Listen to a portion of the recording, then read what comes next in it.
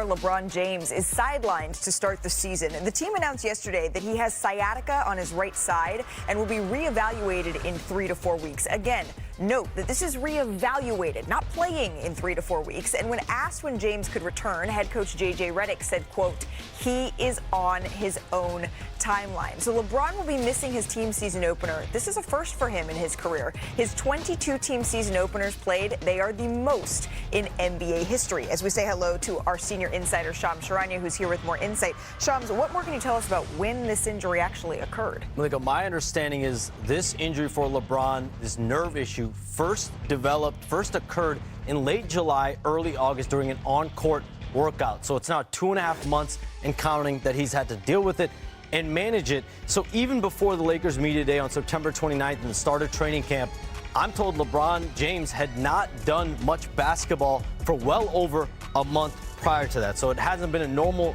routine summer for him. He's a creature of habit. We know that, the way he maintains his body. So for him to be out to start the season and miss his first ever opening night, it shows an admission by him and the Lakers that he needs more time to ramp up, get into basketball shape, get into the right basketball conditioning that he is accustomed to. He's not there yet. And that's concerning, right? When you hear that it's been 2.5 months that he's been dealing with this and still 3 to 4 weeks before even being reevaluated here. I want to bring in our injury expert here, Stefania Bell, into the conversation in the show. Stefania, can we just back up for 1 second? What is sciatica and how long could James be out here?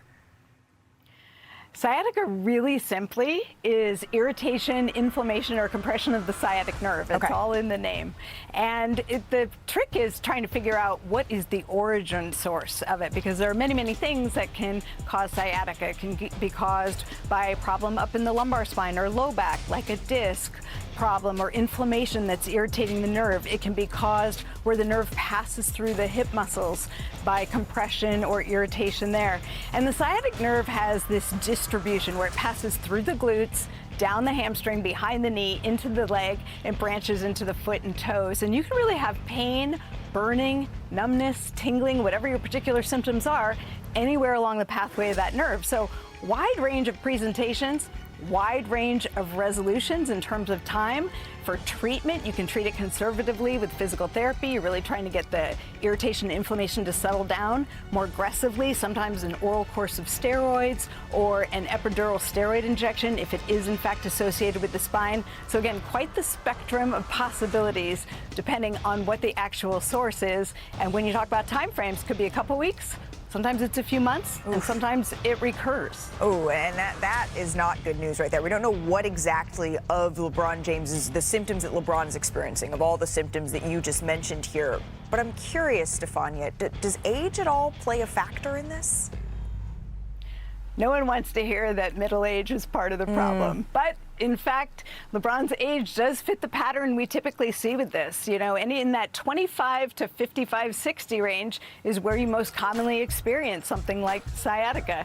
And, you know, he's right in that age pattern where that is going to be something that could crop up for him. And we know he's had some issues in the past, other orthopedic issues with the core, the glute.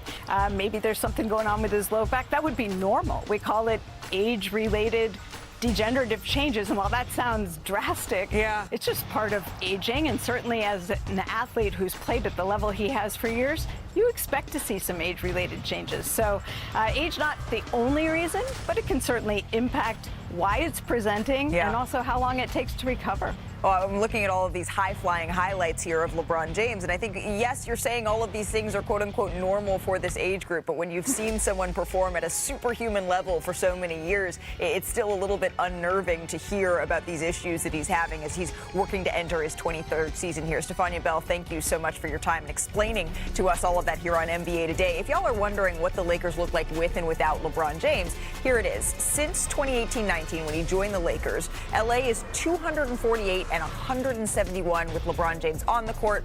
Off the court, 56 and 78. I take this with a grain of salt because, remember, Luka wasn't here for a whole lot of those games. But now let's welcome in our senior writers, Brian Windhorst, NBA champ Kendrick Perkins, into this conversation. Brian, I'm going to start with you here. Just your reaction to seeing this news as well. Let me deal with the elephant in the room, because I know I got a lot of text messages about this when the Lakers announced it. And I'm no Stephania Bell, but a 40-year-old who plays golf. People were asking me, was this a golf-related injury? Because LeBron played golf all summer. And sciatica is something that happens to golfers. Let me just point something out. For a golfer, a right-handed golfer, sciatica typically happens on your left side because that's where the torque is. That's where the turn is, although LeBron doesn't lead the league in making great turns, but he's getting better, So this is an injury that is related to basketball. But I want to point something out. LeBron has had an injury at the beginning of the summer.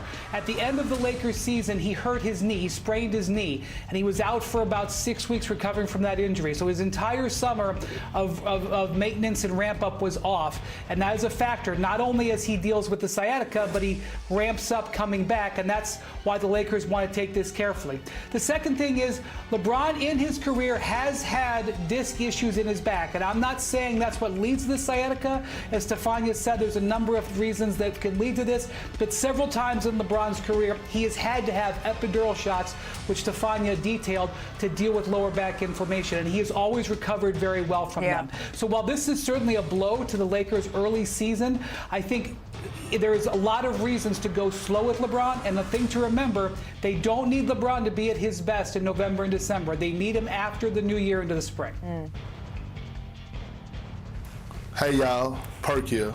Look, Hi, I'm Perk. not the doctor, and I'm damn sure not a golfer, okay? But I was a former athlete, and we talk about Father Time all the time, and Father Time is here. We've heard LeBron talk about, hey, when the time is near, they're going to sit down with his family. He's even going to talk to the word love, right, and see if it's still there. But his body is saying, listen to me. This is what 3 straight years in a row that LeBron James has dealt with injuries that have kept him sidelined, maybe 4. His body is telling them, hey, I've been good to you. It's time for you to be good to me. It's time to shut it down. Not right now, but at the end of this season, I feel like this should be LeBron's last season, and he should really retire after this season. It's nothing more for him to accomplish. He accomplished everything. He's probably the all-time leader in every single thing. He's in the GOAT conversation. He's 41 years of age, and his body right now is telling him, hey, brother, be good to me. I need it. Well, I need it. This is the Father Time coming. We're not used to not seeing LeBron be available for opening night. It's never happened in the 22 previous seasons, as we mentioned here. But Wendy, I know he doesn't need to be at his best in November, but I think back to the conversation we had with Anthony Slater on this show yesterday about the Golden State Warriors and how this reminds him of their 2022 season, where they were perfect in preseason, and then they built this padding early on in the year in a tough Western Conference that allowed for bumps and bruises down the road. And that's what the Lakers now may not be afforded, is that sort of padding in a Western Conference that is incredibly tight, that is incredibly difficult without LeBron James here to start the season. So it's something we will monitor, and we'll certainly keep you updated. Go ahead, Brian. That's a very fair point. You have 10 or 12 bad games in the Western Conference. Right. It can be the difference between having the 3 seed and being in the play-in. That is true. But the Lakers have a guy in their mid-20s who is an MVP candidate, Luka Doncic. This is a contract year for Austin Reeves. Those are their 2 primary ball handlers. That's something that they need. That those guys need to carry the load. Absolutely, and that's what they're going to be saying here. And just